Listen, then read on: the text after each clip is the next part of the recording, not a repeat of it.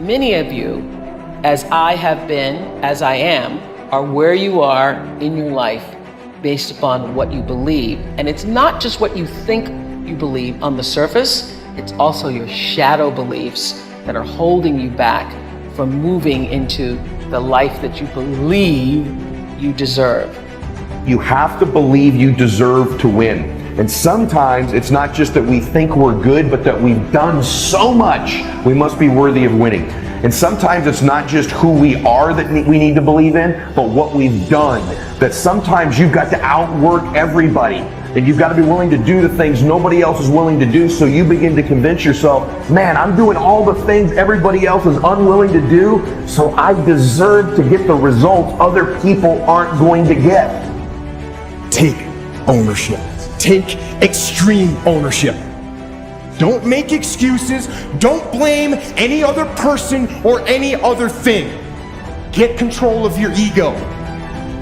Don't hide your delicate pride from the truth. Take ownership of everything in your world, the good and the bad.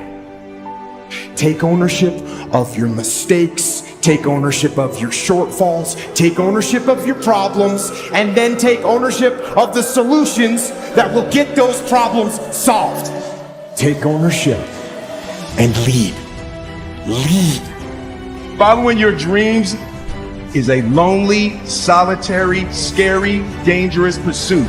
You can't wait for somebody to think you can do it. If you stay in your comfort zone, that's where you will fail. You will fail in your comfort zone. Success is not a comfortable procedure. It is a very uncomfortable thing to attempt. So you got to get comfortable being uncomfortable if you ever want to be successful. Rich people don't sleep 8 hours a day.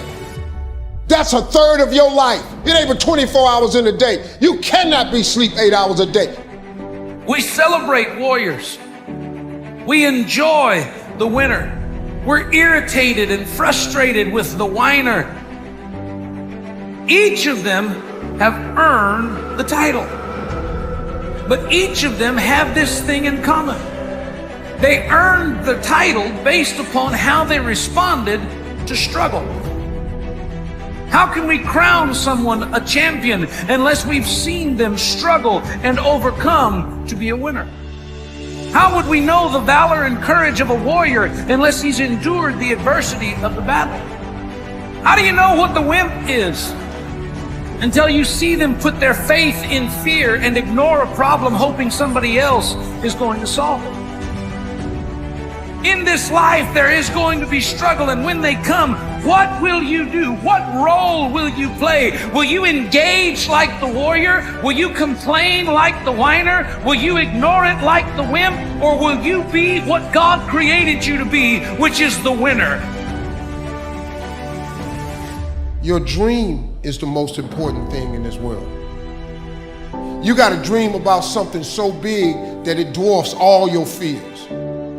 The way you overcome fear is with your dream. You got to make your dream so big that nothing matters except that dream. You're willing to do everything that's necessary. I was listening to Will Smith the other day. Will Smith said the best things in life is on the other side of fear. It's on the other side of fear. But fear freezes people, man. The fear of failure freezes people. Suppose I don't do it. Well, you might not make it. But I got news for you. If you don't do it, you damn sure ain't gonna make it.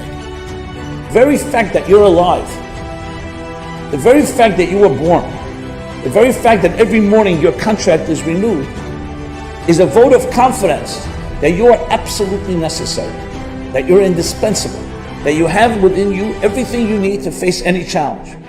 That doesn't mean we won't be challenged. Your gift will make room for you. Now, what is your gift? It's the thing that you do the absolute best with the least amount of effort. That's your gift. Quit running away from the gift. Your gift will make room for you. Stop trying to be something you ain't gifted at. You have to understand, if you don't execute on the plan, if you don't get up in the morning when you're feeling tired, scared, if you don't execute, you're not just cheating yourself. You're cheating your family, you're cheating your employees, you're cheating your team, whatever you're a part of. It's bigger than you, man. All failure is psychological.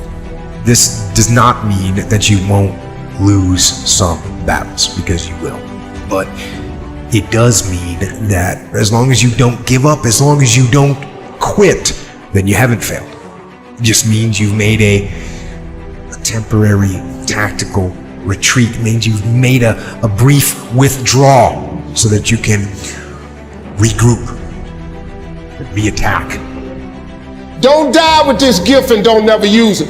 All of y'all got this wonderful gift, but you gotta use it.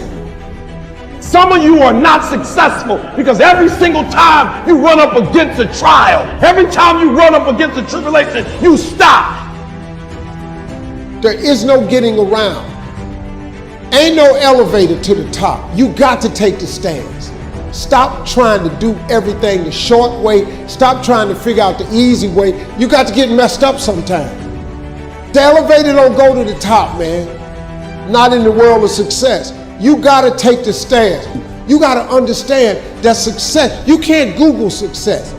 I want to talk to you today about the power of I am.